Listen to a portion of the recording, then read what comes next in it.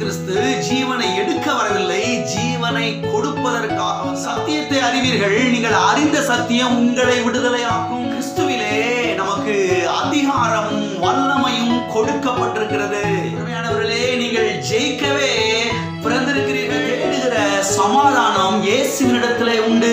உண்மையானவர்களே, கவனியுங்கள், நம்முடைய உபவாசம் தேவனை பிரியப்படுத்தாது, நம்முடைய விசுவாசம் தான் தேவனை பிரியப்படுத்தும். உபவாசம் உங்களுக்கு வெற்றியை கொண்டு வராது, வேத வசனத்தை குறித்தான வெளிப்பாடுதான் உங்களுக்கு வெற்றியை கொண்டு வரும். ஆராதிக்கிற நம்முடைய தேவன் அவர் தரித்திரர் அல்ல, அவர் ஐஸ்வர்ய சம்பன்னர். உபவாசம் ஜெபத்துக்கு பதிலை கொண்டு வருவது கிடையாது. அந்த உபவாசத்திலே நீங்கள் ஏறெடுக்கிற அந்த பரிந்து பேசுதல், அதுதான் ஜெபத்துக்கு பதிலை கொண்டு வருகிறது. God is bigger than your problem. மேலும் உபவாசத்தின் மேலும் விசுவாசத்தை வைக்காதீர்கள். கர்த்தர் மேலே, அவருடைய வார்த்தையின் மேலே, அவருடைய கல்வாரி சிலுவையின் மேலே, அவருடைய காயங்கள் மேலே விசுவாசத்தை வையுங்கள். கர்த்தருடைய வார்த்தைக்கு செல்வோம், திருப்பிக் கொள்வோம். 1 கொரிந்தியர் 1ஆம் அதிகாரம் 23ஆம் வசனம். நாங்களோ சிலுவையில் அறையப்பட்ட கிறிஸ்துவை பிரசங்கிக்கிறோம்.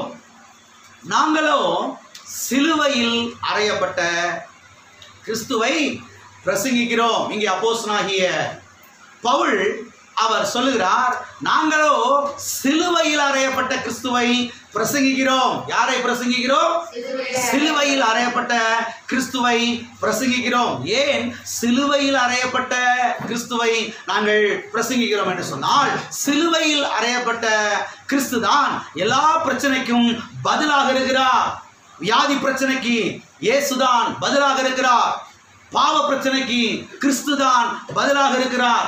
சாப பிரச்சனைக்கு கிறிஸ்துதான் பதிலாக இருக்கிறார். தரித்திர பிரச்சனைக்கு கிறிஸ்துதான் பதிலாக இருக்கிறார்.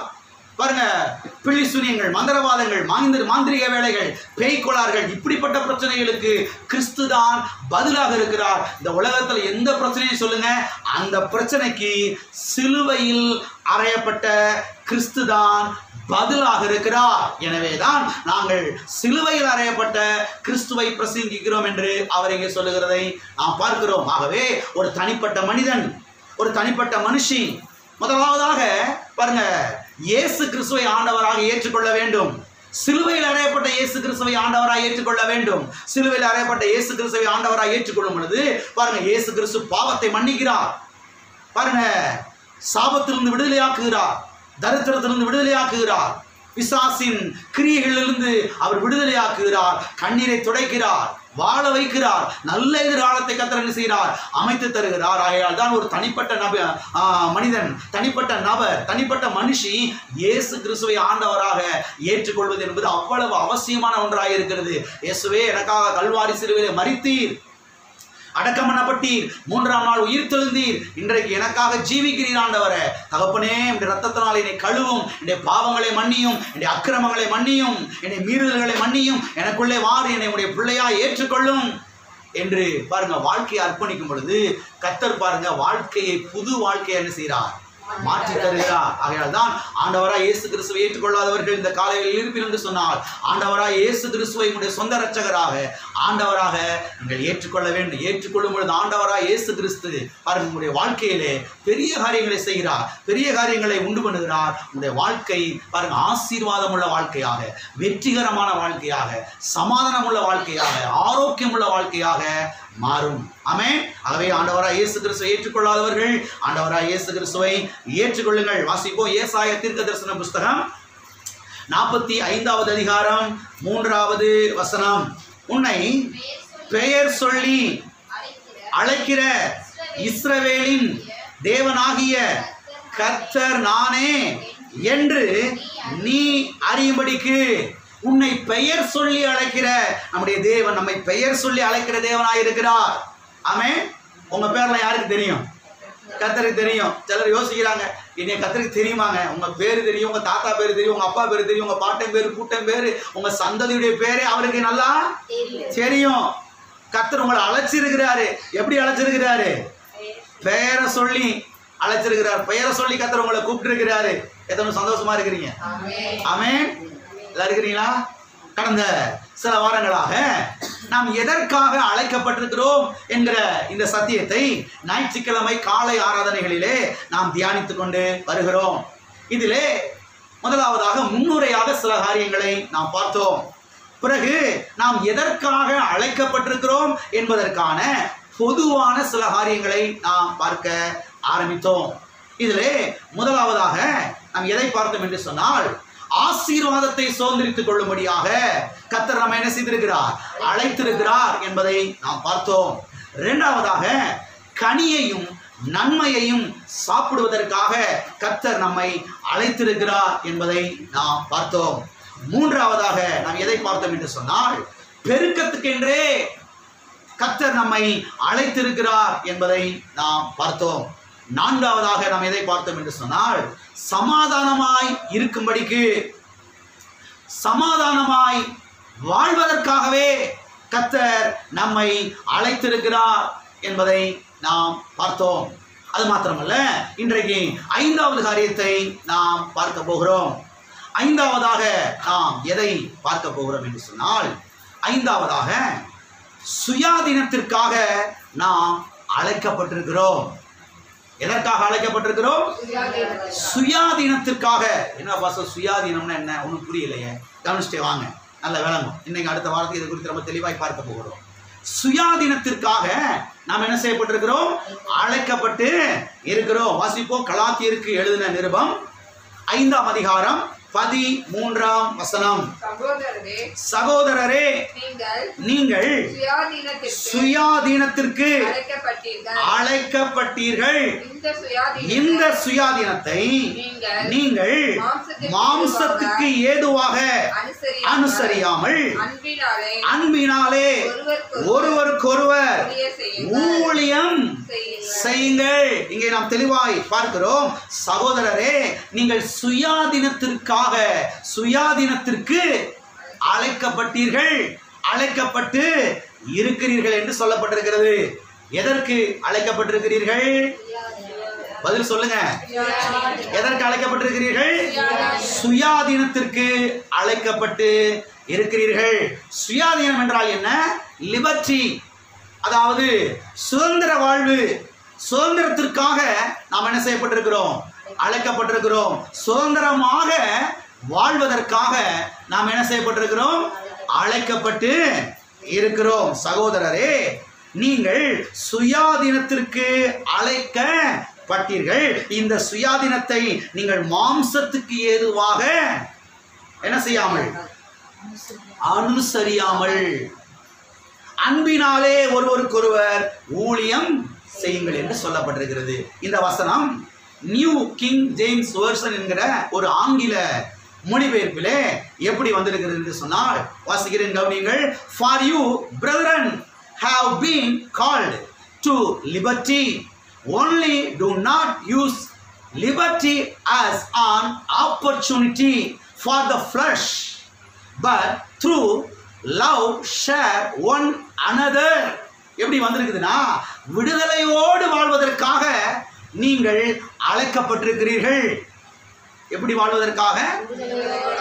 இங்க நம்ம தமிழ்ல எப்படி போட்டிருக்குது? நம்ம தமிழ் பைபிள்ல சுயாதீனத்துக்காக அழைக்கப்பட்டிருக்கிறீர்கள் என்று சொல்லப்பட்டிருக்கிறது. ஆனா பாரு, இது ஆங்கிலத்துல நல்லா மொழிபெயர்த்திருக்கிறாங்க. ஆங்கிலத்தில் எப்படி வந்திருக்கிறது? விடுதலையோடு வாழ்வதற்கு, விடுதலை வாழ்வுக்காக என்ன செய்யப்பட்டிருக்கிறோம்? நாம் அழைக்கப்பட்டு இருக்கிற எல்லா கரங்களை வைத்து சொல்லுவோம். சுயாதீனத்திற்காக நான் அழைக்கப்பட்டிருக்கிறேன். விடுதலையோடு வாழ்வதற்காக நான் அழைக்கப்பட்டிருக்கிறேன். எதற்காக? விடுதலையோடு வாழ்வதற்காக. சில ஆட்களுக்கு ஒரு பெரிய ஆதங்கம், கல்யாணம் முடிக்கிறதுக்கு முன்னாடி எப்படி விடுதலையோடு வாழ்ந்தேன், இப்படி கால் கட்டு போட்டு நீ இப்படி உட்கார வச்சுட்டாங்களே. கல்யாணம் முடிக்கிறதுக்கு முன்னாடி நான் பாட்டுக்கு எங்கே வேணாலும் போவேன், எங்கே வேணாலும் வருவேன், இந்த ஹோட்டலில் சாப்பிட்டு எப்படி இப்படி இருந்தேன், ஃப்ரெண்ட்ஸோட நல்லா என்ன செஞ்சேன், நல்லா சுற்றுனேன். கல்யாணம் முடிச்சு வச்சாங்க, எங்கேயும் போக முடியல, எங்கேயும் வர முடியல, இன்னும் செய்ய முடியல. எங்கே போயிட்டு வந்தாலும் எங்கே போனீங்க, எங்கே வந்தீங்க, எல்லாத்துக்கும் பதில் சொல்ல வேண்டியிருக்குது. இல்லை இருக்கிறீங்களா? இந்த கேள்வி ஆண்களுக்கும் பிடிக்க மாட்டேங்குது, பெண்களுக்கும். எங்கே போயிட்டு வந்தீங்க, ஏன் எவ்வளவு நேரம் ஆச்சு, ஏன் லேட்டு, இருக்கிறீங்களா? எல்லாரும் யோசிக்கிறாங்க ஒரு காலத்தில் எப்படி விடுதலையோடு வாழ்ந்தோம் அப்படின்ட்டு. இருக்கிறீங்களா? சத்தியவேதம் சொல்லுகிறது விடுதலையோடு வாழ்வதற்கு நாம் என்ன செய்யப்பட்டிருக்கிறோம்? அழைக்கப்பட்டிருக்கிறோம். அது மாத்திரமல்ல, இந்த வசனம் ஈஸி டு ரீட் வேர்ஷன் என்கிற இன்னொரு மொழிபெயர்ப்பிலே எப்படி வந்திருக்கிறது என்று சொன்னால் வாசிக்கிறேன், கவனிங்கள். சகோதர சகோதரிகளே, நீங்கள் சுதந்திரமாக இருக்க அழைக்கப்பட்டு இருக்கிறீர்கள். நல்ல கவனம் செய்வாங்க. சகோதர சகோதரிகளே, நீங்கள் சுதந்திரமாக இருக்க அழைக்கப்பட்டிருக்கிறீர்கள். பாவ காரியங்களுக்காக அந்த சுதந்திரத்தை பயன்படுத்தாதீர்கள். எவ்வளவு அழகா மொழிபெயர்த்திருக்காங்க பாருங்க, நல்லா இருக்குது. பாவ காரியத்துக்காக அந்த சுதந்திரத்தை என்ன செய்யாதீங்க, பயன்படுத்தாதீர்கள். ஒருவருக்கொருவர் அன்புடன் சேவை செய்யுங்கள் என்று அந்த மொழிபெயர்ப்பில் மொழிபெயர்க்கப்பட்டிருக்கிறது. நீங்கள் சுதந்திரமாக இருக்கும்படியாக அழைக்கப்பட்டிருக்கிறீர்கள். அது மாத்திரமல்ல, இந்த வசனம் பொது மொழிபெயர்ப்பிலே எப்படி வந்திருக்கிறது என்று சொன்னால் வாசிக்கிறேன், கவனிங்கள். அன்பானவர்களே, நீங்கள் உரிமை வாழ்வுக்கு அழைக்கப்பட்டிருக்கிறீர்கள். அவ்வளவு நல்லா மொழிபெயர்த்திருக்காங்க பாருங்க. இதனால தான் நான் பல மொழிபெயர்ப்புகளை வாசிப்பது அது நமக்கு ரொம்ப பிரயோஜனமா இருக்கும். அன்பானவர்களே, நீங்கள் உரிமை வாழ்வுக்கு அழைக்கப்பட்டிருக்கிறீர்கள். அந்த உரிமை வாழ்வை அசுத்த காரியங்களுக்கு வாய்ப்பாக இராதபடி பார்த்து கொள்ளுங்கள். இருக்கிறீங்களா? சொல்றது புரியுதா? என்ன சொல்றாங்க புரியுதா?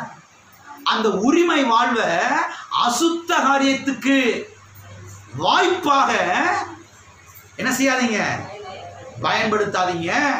ஒருவருக்கொருவர் அன்பின் அடிமைகளாயிருங்கள். இந்த அன்பின் அடிமை குறித்து அடுத்த வாரம் தான் பேச போறேன். இன்னைக்கு இதை குறித்து பேசல, இன்னைக்கு வேற ஒரு காரியத்தை குறித்து பேச போறேன். கவனிங்க, இந்த அன்பின் அடிமை இதை குறித்து அடுத்த வாரத்துல நாம் தெளிவாய் பார்க்க போகிறோம். கவனியுங்கள். அப்ப இந்த மொழிபெயர்ப்பில் என்ன சொல்லப்பட்டிருக்கிறது? நீங்கள் உரிமை வாழ்வுக்கு அழைக்கப்பட்டிருக்கிறீர்கள். எல்லாம் சொல்லுங்க, உரிமை வாழ்வுக்கு அழைக்கப்பட்டிருக்கிறீர்கள். என்ன வாழ்வு? உரிமை வாழ்வு. அப்ப கர்த்தர் நம்மை எதற்காக அழைத்திருக்கிறார் என்றால் சுயாதீனத்திற்கு அழைத்திருக்கிறார், சுதந்திர வாழ்வுக்கு அழைத்திருக்கிறார், உரிமை வாழ்வுக்கு அழைத்திருக்கிறார், விடுதலை வாழ்வுக்கு அழைத்திருக்கிறார். எல்லா கரங்களை வைத்து சொல்லுவோம், கர்த்தர் என்னை சுயாதீனத்திற்கு அழைத்திருக்கிறார், சுதந்திர வாழ்வுக்கு கர்த்தர் என்னை அழைத்திருக்கிறார், உரிமை வாழ்வுக்கு கர்த்தர் என்னை அழைத்திருக்கிறார், விடுதலை வாழ்வுக்கு கர்த்தர் என்னை அழைத்திருக்கிறார். ஆமென். அப்ப அந்த சுதந்திரத்தை, அந்த உரிமையை தவற யூஸ் பண்ணக்கூடாது. அதுதான் அடுத்த வாரத்தில் பார்க்க போகிறோம். அந்த உரிமையை தவற யூஸ் பண்ணக்கூடாது. பாவ காரியத்துக்கு, அக்கிரம காரியத்துக்கு, அசுத்த காரியத்துக்கு என்ன செய்யக்கூடாது, யூஸ் பண்ணக்கூடாது. ஒருவருக்கொருவர் அன்பின் அடிமைகளாயிருங்கள். நான் யாருக்கு அடிமை இல்லை, கரெக்ட், ஆனால் நான் மற்றவர்களுக்கு அன்பின் அடிமையாக இருக்கிறேன். ஆமென். யாருக்கு அன்பின் அடிமையா இருக்கிறேன், இதை குறித்து அடுத்த வாரத்தில் ரொம்ப தெளிவாய் பார்க்க போகிறோம். இன்றைக்கு இன்னொரு முக்கியமான காரியத்தை இன்றைக்கு தெளிவாய் நாம் பார்க்க போகிறோம். அப்ப கர்த்தர் நம்ம எதற்காக அழைத்திருக்கிறார் என்று சொன்னால் சுதந்திர வாழ்வுக்கு. ஆமென். என்ன வாழ்வுக்கு? சுதந்திர வாழ்வுக்கு கர்த்தர் நம்ம என்ன செய்திருக்கிறார், அழைத்திருக்கிறார். அது மாத்திரமல்ல, இதனுடைய பின்னணியை நீங்கள் புரிந்து கொள்ள வேண்டிய, இந்த வசனத்தினுடைய பின்னணியை நீங்கள் புரிந்து கொள்ள வேண்டிய, இந்த வசனத்தினுடைய பின்னணியை நீங்கள் புரிந்து கொண்டால்தான் இந்த வசனம் ரொம்ப உங்களுக்கு தெளிவா புரியும். என்ன சொல்ல வர்றாரு, எதை சபைக்கு போதிக்கிறாரு, திருச்சபைக்கு எதை குறித்து இங்க அவர் போதித்துக் கொண்டிருக்கிறார் என்பது நமக்கு என்ன செய்யும், தெளிவாக விளங்கும். அவனுக்கு அருமையான தேவனுடைய பிள்ளைகளே, அப்போஸ்தலனாகிய பவுல் கலாத்தியா பட்டணத்துக்கு சென்று அங்கே இருக்கக்கூடிய இந்த ஜனங்களுக்கு, புறஜாதியான இந்த மக்களுக்கு சுவிசேஷத்தை அறிவித்து அங்கே சபைகளை ஸ்தாபித்தார். கலாத்தியா பட்டணம் என்பது ஒரு பெரிய பட்டணம். எனவே அந்த பட்டணத்துக்கு சென்று அங்கே கிறிஸ்துவின் சுவிசேஷத்தை அறிவித்து பாருங்க, பல சபைகளை அங்கே ஸ்தாபித்தார். ஏதோ ஒரு சபையை மாத்திரம் இல்லை, கலாத்தியா பட்டணத்தில் பல சபைகளை அப்போஸ்தலனாகிய பவுல் சுவிசேஷத்தை அறிவித்து அந்த இடங்களிலே பாருங்க சபை என்ன செய்தார், அவர் ஸ்தாபித்து விட்டு மற்ற பட்டணங்களுக்கு அவர் போய்விட்டார். சுவிசேஷத்தை இங்கே அறிவித்தார். அறிவித்து சபையை ஸ்தாபித்து அங்க ஊழியக்காரர்களை பாஸ்டர்களை நியமித்து விட்டு மற்ற பட்டணங்களுக்கு மற்ற ஊர்களுக்கு சென்று அங்கே போய் சுவிசேஷத்தை செய்து விட்டார், அறிவிக்க சென்று விட்டார். அது மாத்திரமல்ல, சில நாட்களுக்கு பிறகு சில மாதங்களுக்கு பிறகு சில பொல்லாத ஊழியக்காரர்கள் கலாத்தியா சபைகளுக்கு வந்து தவறான உபதேசத்தை அங்கே போதிக்க ஆரம்பித்தார்கள். தவறான சுவிசேஷத்தை அவர்களுக்கு அறிவிக்க ஆரம்பித்தார்கள். தவறான சுவிசேஷத்தை அறிவித்து தவறான போதனைகளை போதித்து இந்த கலாத்தியா திருச்சபையிலே இருக்கக்கூடிய மக்களை பாருங்க கலங்க பண்ணினார்கள், அவர்களை குழப்பினார்கள். கவனிக்கிறீங்களா? எல்லாரும் கவனிக்கிறீங்களா? எவைகளை சொல்லி இந்த பொல்லாத ஊழியக்காரர்கள் இந்த கலாத்தியா திருச்சபையில் இருக்கக்கூடிய விசுவாசிகளை அவர்கள் குழப்பினார்கள் என்று சொன்னால், நீங்கள் ரட்சிக்கப்பட வேண்டும் என்றால் இயேசு கிறிஸ்துவை ஆண்டவராக ஏற்றுக்கொண்டால் மாத்திரம் போதாது, அவருடைய சிலுவை பாடுகளை விசுவாசித்தால் மாத்திரம் போதாது, நீங்கள் விருத்த சேதனம் பண்ணப்பட வேண்டும். நல்லா கவனிச்சு வாங்க, நீ கவனிச்சாது விளங்கும். நீங்கள் விருத்த சேதனம் பண்ணப்பட வேண்டும், நியாய பிரமாணம் முழுவதையும் நீங்கள் கை கொள்ள வேண்டும் என்று இந்த கலாத்தியா பட்டணத்தில் இருக்கக்கூடிய கிறிஸ்தவ விசுவாசிகளை கலங்க பண்ணினார்கள், அவர்களை குழப்பினார்கள், அவர்களை வேதனைப்படுத்தினார்கள். விருத்தம் சேதனம் பண்ணப்பட வேண்டும், நியாய பிரமாணம் முழுவதையும் கை கொள்ள வேண்டும் என்று போதித்தார்கள். சரி, விருத்த சேதனம் என்றால் என்ன? விருத்த சேதனம் என்று சொன்னால் ஆண்களுடைய அந்த சிறுநீரகத்தினுடைய நுனித்தோலை துண்டித்தல், கட் பண்ணுதல் என்று அர்த்தம். எனவே இந்த பொல்லாத ஊழியக்காரர்கள் என்ன போதித்தார்கள் என்று சொன்னால், இந்த கலாத்தியா பட்டணத்துக்கு வந்து ரட்சிக்கப்பட்ட ஜனங்களை சந்தித்து அவர்களை சந்தித்து என்ன போதித்தார்கள் என்று சொன்னால், விருத்த சேதனம் பண்ணினால்தான் நீ ரட்சிக்கப்பட முடியும், விருத்த சேதனம் பண்ணினால்தான் நீ கர்த்தருடைய ஆசீர்வாதங்களை சுதந்திரித்துக் கொள்ள முடியும், விருத்த சேதனம் பண்ணினால்தான் ஆபிரகாமுடைய ஆசீர்வாதங்கள் எல்லாம் உன்னுடைய பங்காய் மாறும், சுதந்திரமாய் மாறும். விருத்த சேதனம் பண்ணினால்தான் நீ உடன்படிக்கைக்கு சொந்தக்காரனாய் ஆக முடியும், உடன்படிக்கைக்கு பங்காளியாய் ஆக முடியும். நியாயப்பிரமாணத்தை கை கொண்டால்தான் நீ நீதிமானாகவே ஆக முடியும் என்று இவர்களுக்கு போதித்து இவர்களை கலங்க பண்ணினார்கள், இவர்களை சிதறடித்தார்கள். இவர்கள் வந்து இப்படிலாம் போதிச்ச உடனேயே சபைக்கு வந்தவன் எல்லாம் அப்படி பேக் அடிக்க ஆரம்பிக்கிறான். இதெல்லாம் நம்ம எப்படி பண்றது? இதெல்லாம் நம்ம எப்படி செய்யறது? இது பெரிய பாரமான காரியமா இருக்குது, இது பெரிய நுகத்தை போல இருக்குது, இதெல்லாம் வந்து நம்மளால செய்ய முடியாத காரியமா இருக்குது, இதெல்லாம் இப்படி நம்ம செய்ய முடியும் அப்படின்னு ஆசையா வாஞ்சையோடு இந்த இயேசுவை பின்பற்றி சபைக்கு வந்தவங்கெல்லாம் பேக் அடிக்க ஆரம்பிக்கிறாங்க. சபைக்கு வராம அப்படி நிற்க ஆரம்பிக்கிறாங்க. நாங்கள் வீட்டில் இயேசுவை கும்பிட்டுக்கிறோம், இன்னைக்கு எப்படி இருக்காங்களா கவனிச்சுட்டு வாங்க, ரொம்ப முக்கியமான காரியம். அப்படி பேக் அடிக்க ஆரம்பிக்கிறாங்க. எல்லாம் கவனிங்க. இதை அப்போஸ்தலனாகிய பவுல் கேள்விப்படுகிறார். இந்த விஷயம் அப்போஸ்தலனாகிய பவுலுக்கு செல்கிறது. கேள்விப்பட்ட உடனேயே அவர் என்ன பண்ணுகிறார்? இந்த கலாத்திய சபை மக்களுக்கு ஒரு நிருபத்தை எழுதுகிறார். அந்த நிருபம் தான் கலாத்தியருக்கு எழுதின நிருபம். இந்த வசனத்தை எங்க வாசித்தோம்? கலாத்தியருக்கு எழுதின நிருபத்திலே வாசித்தோம். சரி, இந்த நிருபத்திலே அவர் என்ன சொல்கிறார்? 1 அதிகாரத்திலிருந்து அப்படியே 1 வசனத்திலிருந்து நீங்க வாசித்துக்கிட்டே வந்தாதான் இது உங்களுக்கு ரொம்ப தெளிவாய் விளங்கும்.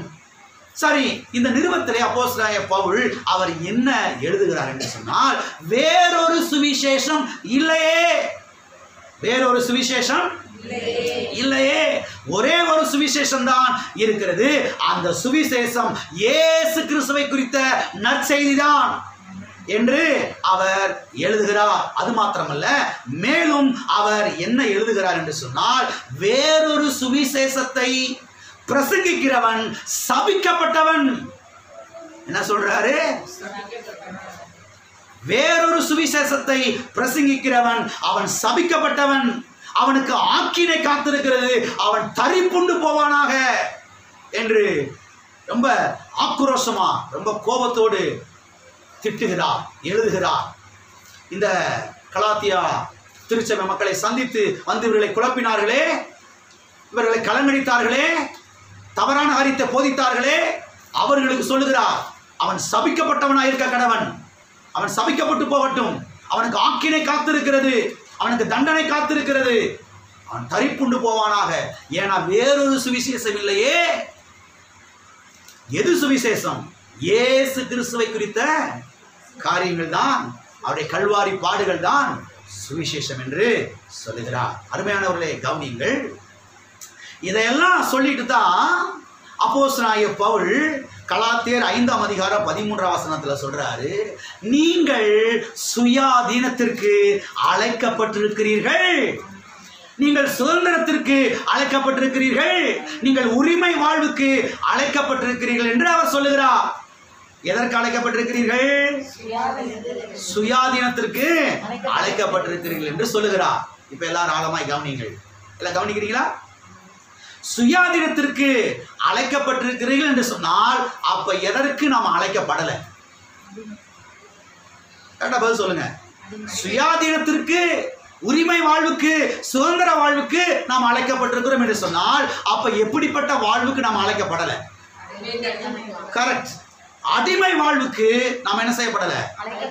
அழைக்கப்படல. அப்ப என்ன சொல்றாரு? இந்த விருத்த சேதனம் பண்றது, இந்த மோசையினுடைய நியாய பிரமாணங்கள் எல்லாம் ஒண்ணு விடாம கை கொண்டுட்டே வர்றது, இதெல்லாம் ஒரு அடிமை வாழ்வு மாதிரி. இதெல்லாம் ஒரு அடிமை வாழ்வு மாதிரி. அதுக்கு நீங்க அழைக்கப்படல. நீங்கள் சுயாதீனத்திற்கு, விடுதலை வாழ்வுக்கு, உரிமை வாழ்வுக்கு நீங்கள் அழைக்கப்பட்டிருக்கிறீர்கள் என்று அவர் சொல்லுகிறார். எல்லாரும் இருக்கிறீங்களா? எல்லா கரங்களுக்கு சொல்லுவோம்.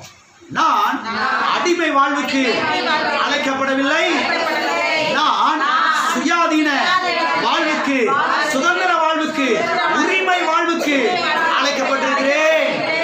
ஆமென். பக்கத்துல கைப்பிடிச்சு சிரிச்சு மோதல சொல்லுங்க, நீங்க சுயாதீன வாழ்வுக்கு அழைக்கப்பட்டிருக்கிறீர்கள். கர்த்தர் தம்முடைய இரத்தத்தினாலே உங்களை மீட்டெடுத்து உங்களை விடுதலையாக்கி இருக்கிறார். விடுதலையாக்கி இருக்கிறார். ஆமென். சரி, அடிமைத்தனம் என்று அப்போஸ்தலனாகிய பவுல் இங்கே சொல்லுகிறாரே, நீங்கள் சுயாதீனத்திற்கு அழைக்கப்பட்டிருக்கிறீர்கள். அப்ப அடிமைத்தன வாழ்வுக்கு நம்ம அழைக்கப்படலை, சுயாதீனத்துக்கு அழைக்கப்பட்டிருக்கிற, அடிமை வாழ்வுக்கு அழைக்கப்படவில்லை என்று சொல்லுகிறார் இங்கே. அப்ப அடிமைத்தனம் என்றால் விருத்த சேதனம் பண்ணுவதுதான் அடிமைத்தனம். பலவிதமான சடங்குகளை, நல்லா கவனிச்சுவாங்க இந்த வார்த்தையெல்லாம், சொல்ற வார்த்தை நல்லா கவனிக்கணும். பலவிதமான சடங்குகளை, பலவிதமான சடங்கு ஆச்சாரங்களை செய்வதுதான் அடிமைத்தனம். புரிகிறது? எனவே பலவிதமான முறைமைகளை, பலவிதமான சடங்குகளை, பலவிதமான சடங்கு ஆச்சாரங்களை செய்வதற்காக கர்த்தர் நம்மை அழைக்கவில்லை. கர்த்தர் நம்மை எதற்காக அழைத்திருக்கிறார்? சுயாதீனத்திற்கு, உரிமை வாழ்வுக்கு, சுதந்திர வாழ்வுக்கு, விடுதலையின் வாழ்வுக்கு கர்த்தர் நம்மை என்ன செய்திருக்கிறார்? அழைத்திருக்கிறார். எத்தனை பேர் இருக்கிறீங்க? மக்கள் பாருங்க, இன்னைக்கு கிறிஸ்தவ மக்கள் இதை செய்யணையா, அதை செய்யணையா, அதை பண்ணணையா, இதை பண்ணணுமையா, இதை பண்ணணும், இதை பண்ணாதான் மக்கள் பார்த்தீங்கன்னா இன்னைக்கு இருக்கிறீங்களா? போயிட்டீங்களா? என்னென்னத்தையும் போட்டு குழப்பிக்கிட்டு இருக்கிறாங்க. அதுமாதிரி தேவனுடைய பிள்ளைகளை சத்தியத்தை என்ன செய்ய வேண்டும்? புரிந்து. அது மாத்திரமல்ல, ஆண்டவராகிய இயேசு கிறிஸ்துவை ஏற்றுக்கொண்டவர்கள் ரெண்டு காரியங்களை அனுசரிக்கும்படியாக புதிய ஏற்பாடு நமக்கு போதிக்கிறது. எத்தனை பேர் ஆண்டவர் இயேசு கிறிஸ்துவை ஏற்றுக்கொண்டிருக்கிறீங்க? ஆமென். அப்ப ஆண்டவராகிய இயேசு கிறிஸ்துவை ஏற்றுக்கொண்டவர்கள் ரெண்டு காரியங்களை அனுசரிக்கும்படியாக புதிய ஏற்பாடு நமக்கு போதிக்கிறது. ரெண்டே சொல்ற கவனிங்க. ஒன்று தண்ணீர் ஞானஸ்நானம், இரண்டாவதாக ராபோஜனம் அல்லது கர்த்தருடைய பந்தி, கம்யூனியன். கர்த்தருடைய பந்தி, அப்பம் பிக்குதல். ஒன்று தண்ணீர் ஞானஸ்நானம், இரண்டாவதாக ராபோஜனம் அல்லது கர்த்தருடைய பந்தி அல்லது கம்யூனியன் அல்லது அப்பம் பிக்குதல். இதெல்லாம் ஒண்ணுதான். இந்த ரெண்டு காரியத்தை அனுசரிக்கும்படியாக புதிய ஏற்பாடு நமக்கு என்ன செய்கிறது? போதிக்கிறது. இந்த ரெண்டு காரியத்தை குறித்து பார்ப்போம். முதலாவதாக தண்ணீர் ஞானஸ்நானம். என்னதுங்க? தண்ணீர் ஞானஸ்நானம். வாசிப்போம். அப்போஸ்தலர் நடபடிகள் 10ஆம் அதிகாரம் 47ஆம் வசனம். 48வது வசனம். அப்பொழுது பேதுரு, நம்மை போல பரிசுத்த ஆவியை பெற்ற இவர்களும் ஞானஸ்நானம் பெறும்படிக்கு எவனாகிலும் தண்ணீரை விளக்கலாமா என்று சொல்லி கர்த்தருடைய நாமத்தினாலே அவர்களுக்கு ஞானஸ்நானம் கொடுக்கும்படி கட்டளையிட்டான். என்ன செய்தான்? கட்டளை. எதுக்கு கட்டளையிட்டான்? ஞானஸ்நானம். ஏன் இந்த வசனத்தை நான் வாசித்தேன்னா, நல்லா கவனிங்க. இந்த வசனத்தை மார்க் எழுதின சுவிசேஷத்திலையும் வாசிக்கலாம். மார்க் 16:16 இயேசு சொல்றாரு, நீங்கள் உலகம் புறப்பட்டு போய் சகல ஜாதிகளுக்கும் சுவிசேஷத்தை பிரசங்கித்து பிதா குமாரன் பரிசுத்த ஆவி நாமத்தினாலே அவர்களுக்கு என்ன செய்யுங்கள்? ஞானஸ்நானம் கொடுங்க என்று சொல்லுகிறாருங்க, இல்லையா? நான் ஏன் இந்த வசனத்தை குறிப்பா வாசித்தேன்னா, இங்க ரட்சிக்கப்பட்டவங்கள புறஜாதியார்கள். இங்க ரட்சிக்கப்பட்டவங்களா புறஜாதியார்கள். கொர்நேலி வீடு இருக்குது. கொர்நேலி வீட்டில் எல்லாரும் வந்து பாருங்க, அப்போஸ்தலனாகிய பேதுரு மூலமாக சுவிசேஷத்தை கேட்கிறார்கள், பரிசுத்த ஆவியானவருடைய அபிஷேகத்தை பெற்றுக் கொள்கிறார்கள். உடனே அவர் சொல்றாரு, தண்ணீரை எவனாவது விளக்கலாமா? உடனே தண்ணீர் ஞானஸ்தானம் கொடுத்துருப்பா புறஜாதியார்களுக்கு அப்படின்னு சொல்லி தண்ணீர் ஞானஸ்தானத்தை கொடுத்தாச்சு. அப்ப ஆண்டவராக இயேசு கிறிஸ்துவை ஏற்றுக்கொண்டவர்களுக்கு, ஆண்டவராக ஏற்றுக்கொண்டவர்களுக்கு முதலாவது அவர்கள் செய்ய வேண்டிய காரியம் என்னன்னா, தண்ணீர் ஞானஸ்நானம். ஆகவேதான் தண்ணீர் ஞானஸ்தானத்தை பெறாதவர்கள் என்ன செய்ய வேண்டும்? தண்ணீர் ஞானஸ்தானத்தை பெற்றுக்கொள்ள வேண்டும். கவனிங்க, இந்த காரியம் கிறிஸ்தவ வாழ்க்கையிலே எந்த காரியம்? இந்த தண்ணீர் ஞானஸ்தானம் என்பது கிறிஸ்தவ வாழ்க்கையிலே ஒரே ஒரு முறை செய்யப்பட வேண்டிய காரியம். டெய்லி ஞானஸ்தானம் எடுத்துக்கிறீங்களா? மாசம் மாசம் ஞானஸ்தானம் எடுக்கிறீங்களா? இல்லை வருஷத்துக்கு ஒரு முறை ஃப்ரெஷ் ஆயிரும் பாஸ்டர் அப்படின்னு எதுவும் வருஷத்துக்கு ஒரு முறை ஜனவரி 1ஆம் தேதி எதுவும் ஞானஸ்தானம் எடுத்துக்கிட்டு இருக்கீங்களா? இந்த தண்ணீர் ஞானஸ்தானம் என்பது ஒரே முறை கிறிஸ்தவ வாழ்க்கையிலே ஒரே ஒரு முறை செய்யப்பட வேண்டிய காரியம். இரண்டாவதாக இந்த ராபோஜனம், கர்த்தருடைய பந்தி, அப்பம் பிக்குதல், இந்த திருவிருந்து ஆராதனை வாசிப்போம். 1 கொரிந்தியர் 11வது அதிகாரம் 23ஆம் வசனத்திலிருந்து 26வது வசனம் வரைக்கும். நான் உங்களுக்கு ஒப்புவித்ததை கர்த்தரிடத்தில் பெற்றுக்கொண்டேன். என்னவெனில் கர்த்தராகிய இயேசு தாம் காட்டி கொடுக்கப்பட்ட அன்று ராத்திரியிலே அப்பத்தை எடுத்து ஸ்தோத்திரம் பண்ணி அதை பிட்டு, நீங்கள் வாங்கி புசியுங்கள், இது உங்களுக்காக விற்கப்படுகிற என்னுடைய சரீரமாயிருக்கிறது, என்னை நினைவு கூறும்படி இதை செய்யுங்கள் என்றார். போஜனம் பண்ணின பின்பு அவர் அந்தபடியே பாத்திரத்தையும் எடுத்து, இந்த பாத்திரம் என் ரத்தத்தினால் ஆகிய புதிய உடன்படிக்கையாயிருக்கிறது, நீங்கள் இதை பானம் பண்ணும் போதெல்லாம் என்னை நினைவு கூறும்படி இதை செய்யுங்கள் என்றார். ஆகையால் நீங்கள் இந்த அப்பத்தை புசித்து இந்த பாத்திரத்தில் பானம் பண்ணும் போதெல்லாம் கர்த்தர் வருமளவும் அவருடைய மரணத்தை தெரிவிக்கிறீர்கள். கர்த்தர் வருமளவும், அந்த வார்த்தையை கவனிக்கணும். கர்த்தர் வருமளவும் ஞானஸ்தானம் பெறுங்கள் அப்படி நான் போடல. கர்த்தர் வருமளவும் இதை என்ன செய்யுங்க? அனுசரிக்கன்னு சொல்றாரு. எதை? இந்த அப்பம் திராட்சரசத்தில் பங்கெடுக்கிற காரியத்தை. அப்பம் பிக்குதல், அது இயேசு கிறிஸ்துவுடைய சரீரத்தை பித்ததுக்கு அடிய அவர் வாங்கினதற்கு அடையாளமாக இருக்கிறது. பிக்கப்பட்ட சரீரத்துக்கு அடையாளமாக இருக்கிறது. இந்த திராட்சை ரசம் இயேசு கிறிஸ்து கல்வாரி சிலுவையிலே சிந்தின ரத்தத்துக்கு அடையாளமாக இருக்கிறது.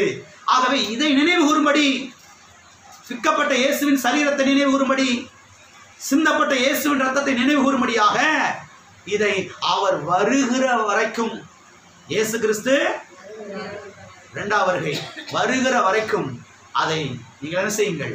அனுசரியுங்கள் என்று அவர் இங்கே சொல்லுகிறதை நாம் பார்க்கிறோம். எனவே இந்த கர்த்தருடைய பந்தி, ராபோஜனம், திருவிருந்து ஆராதனை, இந்த அப்பம் பிக்குதல், இந்த கம்யூனியன், இதை அடிக்கடி நாம் என்ன செய்ய வேண்டும்? அனுசரிக்க வேண்டும். தினந்தோறும் அனுசரிக்கலாம், டெய்லி அனுசரிக்கலாம், வாரந்தோறும் அனுசரிக்கலாம், மாதந்தோறும் அனுசரிக்கலாம். குறைஞ்சது மாசத்துக்கு ஒரு முறையாவது என்ன செய்யணும்? டைம் இல்லாதனால மாசத்துக்கு ஒரு முறையாவது என்ன செய்யறத வந்து நாம் அனுசரிக்கிறோம். எனவே இந்த 2 காரியங்களை செய்யும்படியாக தான் சத்திய வேதம் நமக்கு என்ன செய்கிறது, போதிக்கிறது. பலவிதமான சடங்காச்சாரங்கள், பலவிதமான சடங்குகள், பலவிதமான முறைமைகள், இதை கடைபிடிக்கணும், அதை கடைபிடிக்கணும், அதை கை கொள்ளணும், இதை கை கொள்ளணும், இதை செய்யணும், அதை பண்ணணும், இதை பண்ணணும், போட்டு உருண்டு விரண்டு இதெல்லாம் போட்டு உருட்டிக்கிட்டு கிடக்காதீங்க. இந்த 2 செய்யணும். அதில் ஒரே ஒரு முறை தான் தண்ணீர் ஞான ஸ்நானம். ஆனால் கர்த்தருடைய பந்தி, இந்த அப்பம் வைக்குதல் அடிக்கடி செய்யப்பட வேண்டிய காரியங்கள். இந்த 2 காரியத்தை செய்யும்படியாக தான் புதிய ஏற்பாடு நமக்கு என்ன செய்கிறது, போதிக்கிறது. இந்த விருத்த சேதனம் பண்றது, மோசனுடைய முறைமையில கை கொள்றது, இதெல்லாம் ஒரு அடிமைத்தன வாழ்வை போல இருக்கிறது என்று அவர் இங்கே குறிப்பிடுகிறார். எல்லாம் இருக்கிறீங்களா? எல்லாம் இருக்கிறீங்களா? போயிட்டீங்களா? எனவே இந்த 2 காரியங்களை செய்யும்படியாக சத்தியவேதம் நமக்கு போதிக்கிறது. விருத்த சேதனம் பண்ணுவதை குறித்து போதிக்கவில்லை, இது தேவையில்லாத ஒன்று. இன்னும் பலவிதமான காரியங்களை அனுசரிப்பது என்பது அது தேவையில்லாத ஒன்று. எல்லாம் இருக்கிறீங்களா? எத்தனை பேர் இருக்கிறீங்க? நாம் சுயாதீனத்திற்கு அழைக்கப்பட்டு இருக்கிறோம். எத்தனை கேள்வி இது வரைக்கும் தெளிவாயிடுச்சா? அது மாத்திரமல்ல, புறஜாதியாராகிய நாம் யாரு? அதான் பாஸ்டர், புறஜாதியாராகிய நாம். இப்ப வேற யார் இருக்காங்களா? நம்மள யாரு தெரியுமா? நம்மள புறஜாதியார்கள். ஆபிரகாமுடைய சந்ததியார்களை தவிர்த்து மற்ற எல்லாருமே யாருதான்? புறஜாதியார்கள். ஆபிரகாமுடைய சந்ததியார்களை யூதர்கள் என்று அழைக்கிறார்கள். யூதர்கள், இஸ்ரவேலர்கள், எபிரேயர்கள் என்றெல்லாம் அழைக்கிறார்கள். அவர்களை தவிர்த்து மற்ற எல்லாருமே யாருதான்? புறஜாதியார்கள் தான். இப்ப எல்லாம் கவனிச்சுட்டே வாங்க. புறஜாதியாராகிய நாம் 4 காரியங்களை மாத்திரம் கடைபிடிக்க வேண்டும் என்று தேவனுடைய வார்த்தை நமக்கு போதிக்கிறது. பரிசுத்த ஆவியானவர் நமக்கு போதிக்கிறார். இல்லை கவனிச்சுட்டு வரீங்களா? இந்த 4 காரியத்தை குறித்து இன்னைக்கு பார்க்க போகிறோம். 4 காரியத்தை தெளிவாய் புரிந்து கொள்ளுங்கள். தேவையில்லாத காரியத்தெல்லாம் செய்யற முயற்சி எடுத்து மண்டையை உள்ள விட்டு மண்டை குழம்பி போயிடக்கூடாது. எல்லாம் இருக்கிறீங்களா? சில ஆட்கள் பாருங்க, இதை செய்யணும் பிரதர், இதை செய்யணும் சிஸ்டர் அப்படின்னு, இதை செய்யணும் அதை செய்யணும் போய் உருண்டு கடைசியில் மூளை குழம்பி, எக்ஸாக்ட்லியா நான் சொல்றேன், எழுத்தும்படி நான் சொல்றேன், மூளை குழம்பி ஹாஸ்பிட்டல் அட்மிட் ஆயிட்டாங்க சில கிறிஸ்தவர்கள். ரவ்வா பகலா இதை பண்ணணும், அதை பண்ணணும், அதை செய்யணும், இதை செய்யணும், இதை பண்ணணும் சொல்லி குழம்பி உருண்டு கடைசியில் எங்க போய் சேர்ந்துட்டாங்க? எங்க போய் சேர்ந்துட்டாங்க? Hospital admit. எல்லாம் இருக்கிறீங்களா? நாம யாரும் ஹாஸ்பிட்டல் அட்மிட் ஆக வேணாம். அதனால தான் எடுத்து உங்களுக்கு சொல்லிட்டு இருக்கு. எல்லாம் இருக்கிறீங்களா? அவங்க அப்படி செய்யறாங்க, இவங்க இப்படி செய்யறாங்க, அந்த சபக்காரர்கள் இப்படி செய்யறாங்க, அந்த சர்ச்சுக்கு போற அப்படி செய்யறாங்க. நீங்க செஞ்சு குழம்பிடாதீங்க, போட்டு தேவையில்லாத போட்டு இழுத்து நீங்க போட்டு உருண்டாதீங்க. எல்லாம் இருக்கிறீங்களா? சத்தியவேதத்தை கவனிங்கள், கர்த்தருடைய வார்த்தையை கவனிங்கள். பரிசுத்த ஆவியானவர் சத்தியவேதத்தில் என்ன எழுதி வைத்திருக்கிறார் என்பதை என்ன செய்யுங்க, கவனியுங்கள். ஆகவே புறஜாதியாராகிய நாம் 4 காரியங்களை மாத்திரம் கடைபிடிக்க வேண்டும் என்று பரிசுத்த ஆவியானவர் நமக்கு போதிக்கிறார். எனவே இதை மிஞ்சி தேவையில்லாத காரியங்களை குறித்து மண்டையை போட்டு என்ன செய்யக்கூடாது, பிக்க கூடாது, பிக்க தேவையில்லை. ஆமென். சரி, இந்த 4 காரியங்கள் என்ன வாசிப்போம். அப்போஸ்தலர் நடபடிகள் 15வது அதிகாரம் 19வது வசனம் 20வது வசனம். ஆதலால் புறஜாதிகளில் தேவனிடத்தில் திரும்புகிறவர்களை கலங்க பண்ணலாகாது,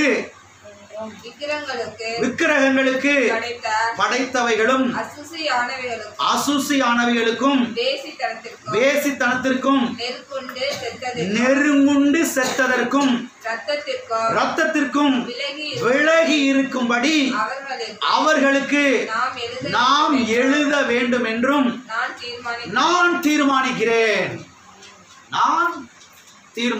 புறஜாதிகளுக்கு என்று சொல்லுகிறார். கலங்க பண்ணலாகாது என்று சொல்லுகிறார். இதை எழுதுவோம் என்று அவர் சொல்லுகிறார். எல்லாம் இருக்கிறீங்களா? எல்லாம் இருக்கிறீங்களா? போயிட்டீங்களா? 4 காரியங்கள் சொல்லப்பட்டிருக்கிறது இல்லையா? விக்கிரகங்களுக்கு படைக்கப்பட்டவைகள், வேசித்தனத்திற்கு, நொறுங்குண்டு செத்ததற்கு, இரத்தத்திற்கு விலகி இருக்க வேண்டும் என்று சொல்லுகிறார். இதை குறித்த தெளிவாக உங்களுக்கு விலகி சொல்லுகிற எல்லாம் கவனிங்க. இதனுடைய பின்னணியை நீங்கள் புரிந்து கொள்ள வேண்டும். நான் தீர்மானிக்கிறேன் அப்படின்னு சொல்றாரு. அப்ப நான் தீர்மானிக்கிறேன்னா இதுக்கு முன்னால என்னமோ நடந்திருக்குன்னு அர்த்தம். என்னமோ நடந்ததுனாலதான் என்ன செய்யறாங்க, ஏதோ ஒன்று தீர்மானிக்கிறாங்க, அதை எழுத்தின் பிரகாரம் எழுதி அவங்க வாசிக்கும்படியா அவங்களுக்கு அனுப்புன்னு நினைக்கிறாங்க. ஏன்னா மற்ற பொல்லாத ஊழியக்காரங்களாம் போய் தேவையில்லாத சொல்லி அவங்கள குழப்பி சபையை விட்டு துரத்திடக்கூடாது, சபைக்கு வராமல் பண்ணிடக்கூடாது, அவங்க ஆண்டவர் விட்டு தூரமாக ஓடிடக்கூடாது. அதனால் இதை எழுதி அந்த சபைக்கு அனுப்பி அவர்களை வாசிக்கும்படியாக நாம் பண்ண வேண்டும் என்று இங்கே தீர்மானிக்கிறார்கள். எனவே தான் இதனுடைய பின்னணி ரொம்ப முக்கியம். இதனுடைய பின்னணியை நான் சொல்கிறேன், எல்லாம் கவனிங்க. இதனுடைய பின்னணியை அப்போஸ்தலர் நடபடிகள் 15 அதிகாரம் 1ஆம் வசனம் 2ஆம் வசனத்திலிருந்து நீங்கள் வாசித்துக் கொண்டே வரலாம். சுருக்கமாய் சொல்லுகிறேன், கவனியுங்கள். சில நபர்கள் யூதேயாவிலிருந்து வந்து கலாத்தியா மக்களை சந்தித்து, நீங்கள் விருத்த சேதனம் பண்ண வேண்டும், நீங்கள் மோசையினுடைய நியாயப்பிரமாணத்தை கை கொள்ள வேண்டும், மோசையின் முறைமையின்படி நீங்கள் நடக்க வேண்டும், இவ்வாறு செய்தால்தான் நீங்கள் ரட்சிக்கப்பட முடியும் என்று போதிக்கிறார்கள். கவனிச்சிட்டே வாங்க, அவர்கள் இதை போதிக்கிறார்கள். அது மாத்திரமல்ல, இந்த காரியத்தை அப்போஸ்தலனாகிய பவுலும் அப்போஸ்தலனாகிய பர்னபாவும் கண்டிக்கிறார்கள். கண்டிக்கும் போது ரெண்டு கூட்டத்தாருக்கும் பாருங்க இடையிலேயே ஒரு பெரிய வாக்குவாதம், ஒரு பெரிய தர்க்கம் அங்கே உண்டாகிறது. எனவே பவுலும் பர்னபாவும் என்ன பண்ணுகிறார்கள் என்று சொன்னால், தங்களை சேர்ந்த சில விசுவாசிகளை கூட்டிக் கொண்டு அழைத்து கொண்டு எருசலேமுக்கு போகிறார்கள். எங்க போறாங்க? அந்த ஹெட் குவார்டர்ஸ் போறாங்க, தலைமை அலுவலகத்துக்கு போறாங்க. எல்லாம் இருக்கிறீங்களா? தலைமை சபைக்கு போறாங்க. இங்க கலாத்திய சபையில் இருக்கக்கூடிய சில விசுவாசிகளை அழைத்து கொண்டு அவர்கள் என்ன செய்யறாங்க? அப்போஸ்தலனாகிய பவுலும் பர்னபாவும் அங்க போறாங்க. ஏன் அங்க போறாங்க?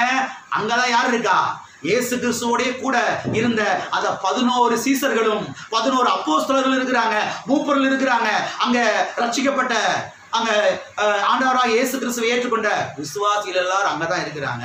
அதனால இந்த விஷயத்தை அங்க கொண்டு போவோம் சொல்லி அங்க என்ன செய்யறாங்க? இவங்க எல்லாம் போகிறார்கள். எருசலேமுக்கு வந்து அங்கே இருக்கக்கூடிய அப்போஸ்தலர்களையும் மூப்பர்களையும் சந்தித்து இந்த காரியத்தை குறித்து செய்கிறார்கள், அவர்களுக்கு அறிவிக்கிறார்கள். எந்த காரியத்தை குறித்து அறிவிக்கிறார்கள்? கர்த்தர் எங்களை கொண்டு புறஜாதியார்கள் மத்தியிலே செய்த காரியத்தை குறித்து அறிவிக்கிறார்கள். புறஜாதியார்கள் மனம் திரும்பி இருக்கிறார்கள், புறஜாதியார்கள் ரட்சிக்கப்பட்டிருக்கிறார்கள், புறஜாதியார்கள் தண்ணீர் ஞானஸ்தானம் பெற்றிருக்கிறார்கள், புறஜாதியார்கள் பரிசுத்த ஆவியானவருடைய அபிஷேகத்தை பெற்றிருக்கிறார்கள், புறஜாதியார்கள் கர்த்தருடைய வசனத்தின் மேலே வாஞ்சையாயிருக்கிறார்கள்.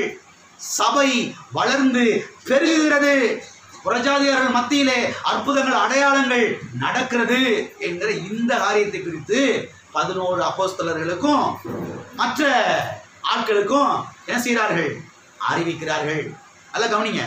இப்படி அறிவித்துக் கொண்டே இருக்கும்போது என்ன நடக்குதுன்னா, பரிசேய சமயத்திலிருந்து ரட்சிக்கப்பட்ட சிலர் வந்து என்ன பண்ணுகிறார்கள் என்று சொன்னால், புறஜாதியார்கள் விருத்த சேதனமும் பண்ணப்பட வேண்டும், அவர்கள் மோசேயின் நியாயப்பிரமாணத்தையும் கை கொள்ள வேண்டும், கை கொண்டு நடக்க வேண்டும், அப்பொழுதுதான் அவர்கள் ரட்சிக்கப்பட முடியும் என்று சொல்லுகிறார்கள்.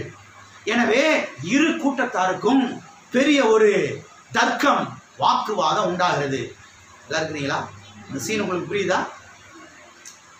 அப்போஸ்தலர் உட்கார்ந்துருக்காங்க, அங்கே மூப்பர்கள் கூடியிருக்கிறாங்க, விசுவாசிகள் எல்லாரும் கூடியிருக்கிறாங்க.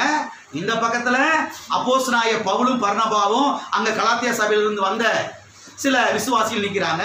இந்த பக்கத்தில் இந்த யூதேயா பாருங்க, மற்ற இந்த பரிசேய சமயத்திலிருந்து ரட்சிக்கப்பட்ட ஜனங்கள் சில ஆட்கள் அவங்க இந்த பக்கத்தில் நிற்கிறாங்க.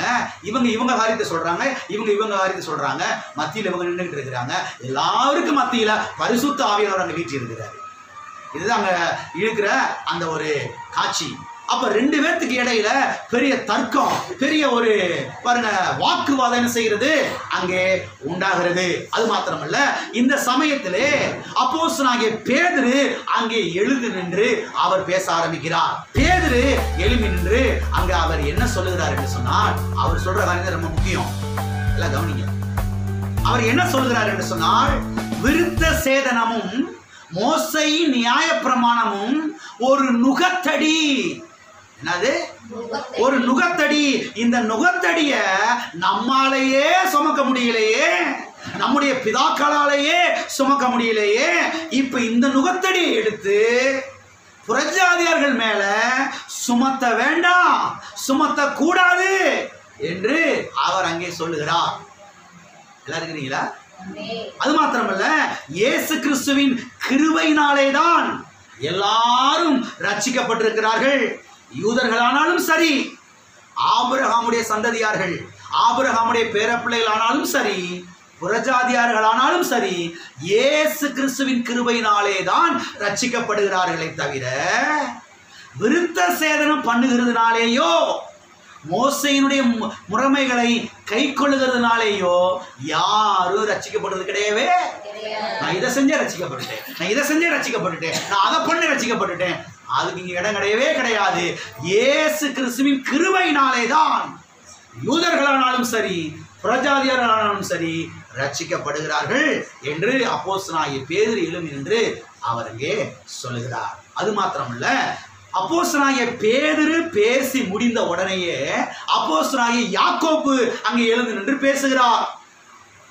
அப்போஸ்தலனாகிய யாக்கோபு எழுந்து நின்று பேசுகிறதை தான் இப்ப நம்ம வாசிச்சோம்.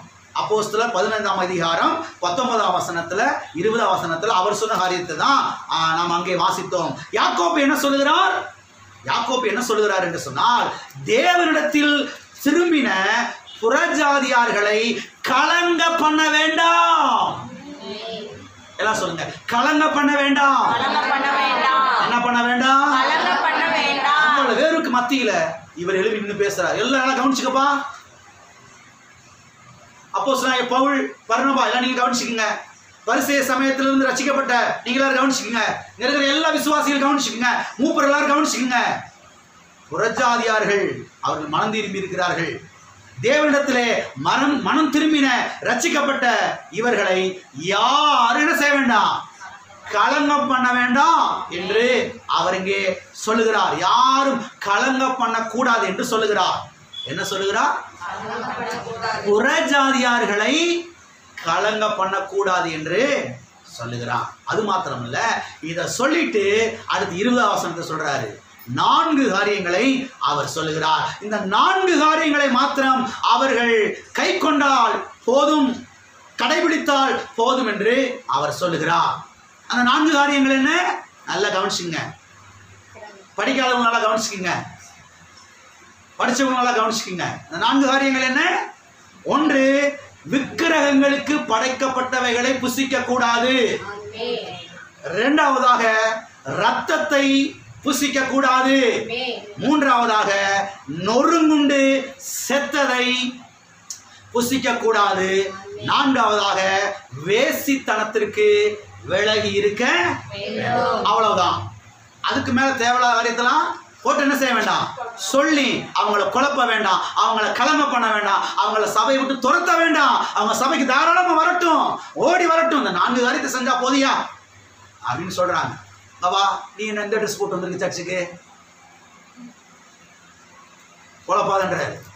விளங்கு நினைக்கிறேன், நிறைய சொல்ல போறேன். நீ என்ன எப்படி போட்டிருக்க மூக்குத்தி, நீ என்ன எப்படி ட்ரெஸ் போட்டிருக்க, நீ எப்படி செயின் போட்டிருக்க, தேவையில்லாம் போட்டு குழப்பி அவங்கள சபை விட்டு துரத்திடாத.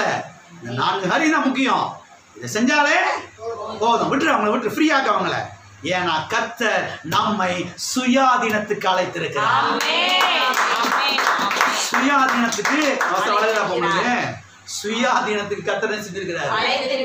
இதை அதையெல்லாம் சொல்லி இதை அதெல்லாம் பண்ணி போட்டு குழப்பி துரத்துற வேலையில் இருக்காத. நீ பாஸ்டரா இருக்கிற, நீ ஊழியக்காரனா இருக்கிற, நீ துரத்துற வேலை இருக்காதப்பா. அவங்க வந்தாங்கன்னா வாங்கன்னு என்ன செய்ய, அழைக்கிற வேலையில இரு என்று சொல்லுகிறதை நாம் பார்க்கிறோம். மறுபடியும் வாசிக்குமான வசனத்தை வாஸ்தவ வளம். அப்போஸ்தலர் 15 அது வாசிக்க வேணாம். இப்ப அவர் தீர்மானம் பண்ணாரு பாருங்க, தீர்மானம் பண்ணி எழுதினாரு பாருங்க, அதை வாசிப்போம். 28, 29 வாசிங்க. அப்போஸ்தலர் 15, 28, 29 வாசிங்க. எவையெனில் சொல்றாரு, அவர் சொல்றாரு, எழுத வேண்டும் சொல்றாரு இல்லையா? 19, 20 சொல்லிட்டாரு. அதை திட்டம் பண்ணி அதை எழுதி கடிதமாக எல்லா புறஜாதியாரான சபைக்கு என்ன செய்யணும், அனுப்பிச்சுன்னு சொல்லிட்டாரு. இப்ப எழுதியாச்சு, எழுதி ஃபைல் பண்ணியாச்சு. எழுதி ஃபைல் பண்ணத எப்பா எந்திரிச்சு வாசி, எந்திரிச்சு என்ன செய்ய? நேற்று சட்டசபையில் என்ன தீர்மானம் பண்ணோம்? எழுந்து வாசி. யாருப்பா ரைட்டரு? எழுந்து வாசிப்பா சொல்றாங்க இல்லையா? சொல்றாங்க சொல்லலையா? அது மாதிரி தான் நடக்குது. எப்பா நான் என்ன சொன்னேன்? யாக்கோபு நான் என்ன சொன்னேன்? பேதுரு என்ன சொன்னாரு? எல்லாத்தையும் கன்க்ளூஷனுக்கு வா, கொண்டு வா, எப்பா எழுந்திரிச்சு வாசி அப்படின்னு வாசிக்க விடுறாங்க. எழுதுனதான் இங்க வாசிக்கிறாங்க. வாசிப்போமா? வாசிங்க சிஸ்டர்.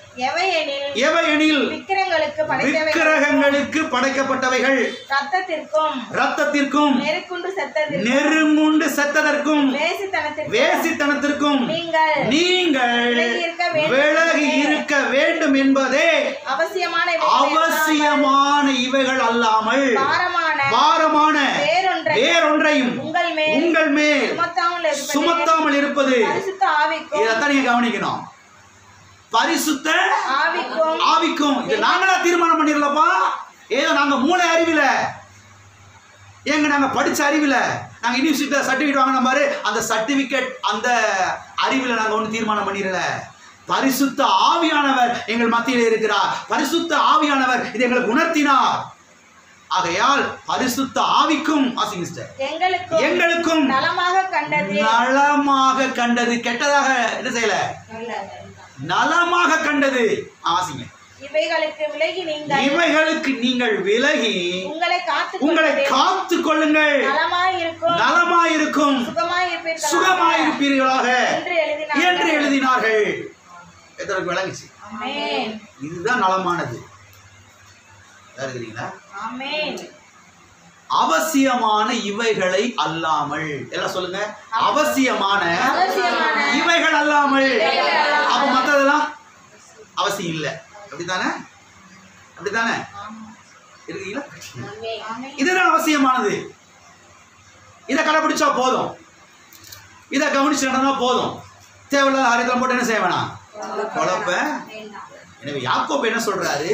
அவசியமான இவைகளை கடைபிடித்தாலே போதும் என்று அவர் சொல்றார். சரி, அவைகள் என்னென்ன? ஒன்று, விக்கிரகங்களுக்கு படைக்கப்பட்டவைகளை புசிக்க கூடாது. எல்லாரும் இருக்கீங்களா? எல்லாம் சொல்லுங்க. விக்கிரகங்களுக்கு படைக்கப்பட்டவைகளை புசிக்க கூடாது. எதை புசிக்க கூடாது? இந்த சிலை வழிபாடுகளுக்கு பயன்படுத்தப்பட்ட பொருட்கள், இந்த போட்டோ அதுக்கு முன்னால வச்சு படைக்கிறாங்கல்ல, போட்டோ, வரைபட வழிபாடு, வரைபட வழிபாடு, அதுக்கெல்லாம் படைக்கப்பட்டதை எடுத்து நீ என்ன செய்யாத, புசிக்காத, கொஞ்சம் கவனமாயிரு, உன்னை காத்துக்கொள் என்று சொல்லுகிறார். என்ன சொல்றாரு? காத்துக்கொள் என்று சொல்லுகிறார். இரண்டாவதாக என்ன சொல்றாரு? நொறுங்குண்டு செத்ததை புசிக்க கூடாது என்று சொல்லுகிறார். அதாவது ஆக்சிடென்ட் ஆன மிருகத்தையோ ஆக்சிடென்ட் ஆன பறவையோ என்ன செய்யாத, சாப்பிடாத. அதான் மிருக ஜீவன்கள். நைட்ல பாருங்க, ஏதாவது ஆடு மாடு செத்துரும், சில ஆளுக்கு அதை தூக்கிட்டு வந்து கறியை போட்டு ஊத்திட்டு இருப்பான். அதனால தான் கவனமா வாங்கி என்ன செய்ய வேண்டியிருக்குது, சாப்பிட வேண்டியிருக்கு. லாரிக்கார தட்டி விட்டி போயிட்டா உடனே அவசர அவசரமா வெட்டி கூறு போட்டு குறைச்சி ரெண்டு கடிச்சு விட்டுறது. நம்ம ஆட்களும் குறைச்சி கிடைக்குதுன்னு சொல்லி புகுந்துடுறது. எல்லாம் இருக்கிறீங்களா? கர்த்தர் சொல்றாரு, நொறுங்குண்டு செத்ததனை செய்யாத, ருசிக்காத, சாப்பிடாத, கவனமாயிரு, உன்னை காத்துக்கொள் என்று சொல்லுகிறதை பார்க்கிறோம். அடுத்து மூன்றாவது என்ன சொல்றாரு? ரத்தத்தை புசிக்க கூடாது. எந்த ரத்தத்தை? மிருக ஜீவன்களுடைய ரத்தத்தை, பறவைகளுடைய ரத்தத்தை, மனிதர்களுடைய ரத்தத்தை என்ன செய்யாத, புசிக்க கூடாது என்று சொல்லுகிறார். ஏன் அதை புசிக்க கூடாது? அதுதான் உயிரே, அதுதான் ஜீவனே. அப்போ ஒரு மனுஷனுடைய உயிரையா சாப்பிடுறது, ஒரு மிருகத்தினுடைய உயிரையா சாப்பிடுறது, ஒரு பறவையினுடைய ஜீவனையா சாப்பிடுறது? அதை சாப்பிடான்ற, கவனமா இருன்ற. எதாவது இருக்கிறீங்களா? போயிட்டீங்க? புரிஞ்சு. நாலாவது என்ன சொல்றாரு? வேசித்தனம் பண்ணக்கூடாது. வேசித்தனத்திற்கு விலகி இருக்க வேண்டும். வேசித்தனத்திற்கு விலகி இருக்க. வேசித்தனம் என்றால் என்ன? தன்னுடைய துணையை தவிர்த்து மற்றவர்களோடு சரீர உறவை ஏற்படுத்துவது, அதுதான் வேசித்தனம். தன்னுடைய புருஷனை தவிர்த்து மற்ற நபரோடு சரீர உறவை வைத்துக் கொள்வது, அதுதான் வேசித்தனம். தன்னுடைய மனைவியை தவிர்த்து மற்ற நபரோடு, மற்ற பெண்களோடு தவறான உறவிலே ஈடுபடுவது, அதிலே போய் இன்பத்தை அனுபவிப்பது, அதுதான் வேசித்தனம். எல்லாம் இருக்கிறீங்களா? எனவே இந்த 4 காரியங்கள் அவசியமானது. இந்த 4 காரியங்களை நீங்கள் கடைபிடித்தாலே போதும். மற்ற காரியத்தெல்லாம் போட்டு அவங்கள்ட்ட சொல்லி அவங்க மேலே சுமத்தி, பாரமானதை சுமத்தி நுகத்தடியை போட்டு அவங்கள கலங்கடிச்சு அவங்கள துரத்திடாதீங்க. 4 காரியத்தை அவங்களுக்கு சொல்லுங்க போதும் அப்படின்னு எழுத்தின் பிரகாரம் எழுதி சபைகளுக்கு அனுப்புகிறார்கள். சபைகளுக்கு அனுப்பிச்ச உடனேயே நடந்த காரியத்தை நீங்கள் வாசித்து பார்த்தீங்கன்னா ஆச்சரியமா இருக்கும். இந்த கடிதம் போகுது, கலாத்திய சபைக்கு போகுது. கலாத்திய சபைக்கு போன உடனே, கலாத்தியா என்பது பெரிய பட்டணம். பெரிய பட்டணத்தில் அங்கங்க சபைகள் இருக்குது, ஒரு சபை மாத்திரம் இல்லை. இதெல்லாம் வாசித்த உடனேயே நம்ம சொல்லுவாங்கல்ல, பெருமூச்சு விட்டாங்க. அப்பாடா, நல்ல வேலைப்பா,